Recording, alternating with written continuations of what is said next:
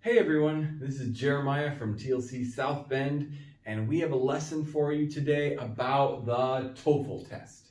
Okay, for those of you who have studied the TOEFL, you know how hard the speaking section can be.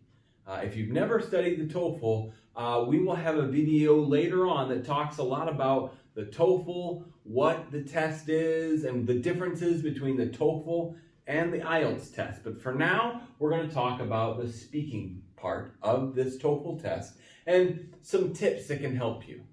Okay, so for the TOEFL speaking test, as you know, there's 6 questions, and the first 2 are you have 15 seconds to think and 45 seconds to answer. Now, they may ask you for the first question, they'll ask you a question like, do you agree or disagree with this choice? Or there's 2 choices, which one do you like better? Or here's a statement, is it a good idea?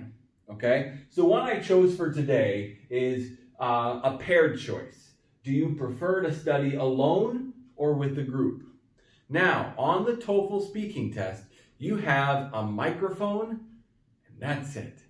Okay, so when you are speaking for 45 seconds, it's just you and that microphone, and you have to be organized and with your answer, and you have to understand the flow of how you should be speaking. And so today we're going to talk about how to organize your answers in a stressful TOEFL speaking test. Okay? Now, what I like to tell my students when they practice for the TOEFL is always have an introduction, the middle, which is your ideas, and have examples for those ideas, and then a conclusion. Have a clear beginning and end to your speaking test.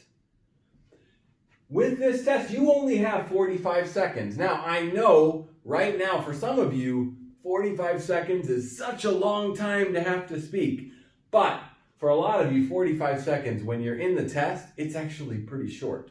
So you want to be able to be organized and know how to structure your answers. The first thing I'm going to tell you is when you have that 15 seconds to think, do not waste time. I always tell my students that it's really important that you choose right away. For a question like this, do you prefer to study alone or with a group? Okay, it doesn't matter which choice you choose, but you have to choose fast. If you spend the whole 15 seconds thinking, I don't know, do I like alone? Well, there's some benefits, but I also like in a group. All of a sudden it's 12, 13, 14, and your time's gone, and you don't know what you're going to say. You will get flustered, and then you're going to have trouble, okay? When you have a question, doesn't matter which one, choose it. Choose it in the first 3 seconds. Choose it, and then start thinking about what are your reasons? What are your examples? Okay? What I like to do with this is I like to call them anchors. Okay? Now an anchor, if you've ever been on a boat, an anchor is when you throw it into the water and it keeps the boat from sailing away. Okay? I call this idea anchors because it keeps your mind from floating away. When you're in this test and you're stressed and you get nervous, your mind might just go blank.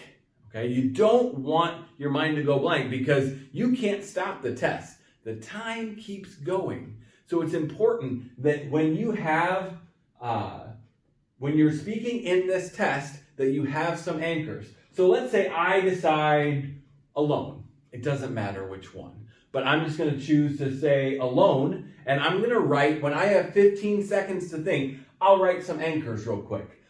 And just be quick with your ideas. It doesn't matter if it's a good idea or not, just put it down on paper. So I might say, my own pace, no distractions, at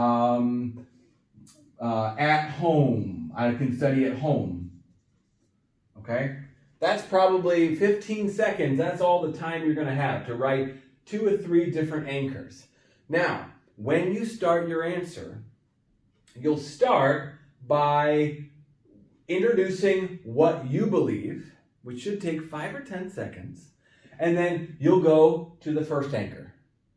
Say it, give an example, okay? And then move to the next one. Say it and give an example. But keep your eyes on that clock, because when you see 35, 36, 37, that's when you need to start that conclusion, okay? You do not want your answer to get cut off.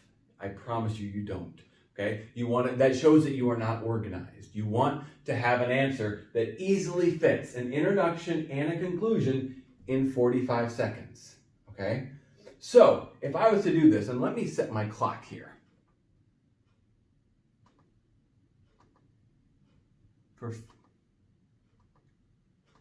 Okay, I'm going to set my clock and I'm going to show you how you should have an introduction, ideas, and a conclusion in a TOEFL answer. Okay, I'm going to start my clock, and you're going to see me introduce by restating the question, go from anchor to anchor to anchor, and then finish my conclusion. And the whole time, I'm watching the clock. Okay, so we'll start. I prefer to study alone. If I have a choice between studying alone and in a group, I would be much happier studying alone. There are 3 reasons why I think this. The first reason is I can study at my own pace. I don't like to study too slow, and if somebody else in the group is too slow or doesn't understand, I want to go faster. Another way is I don't have distractions. No one else is talking about other topics, and I can study at home. I can relax. I don't have to go out and meet people. I can just study at home and relax. These are the 3 reasons why I would prefer to study alone. Time. As you can see, if I'm watching that clock and I have my anchors, I can't just be, what's next? Because I know I'm going here, and then here, and then here, okay? Practice your answers like this. When you're at home practicing for the TOEFL, don't just try to think of something off the top of your head. Don't try to find an answer, memorize it, and try to say it. Think of your ideas, write your anchors, and practice giving an introduction and a conclusion to the question.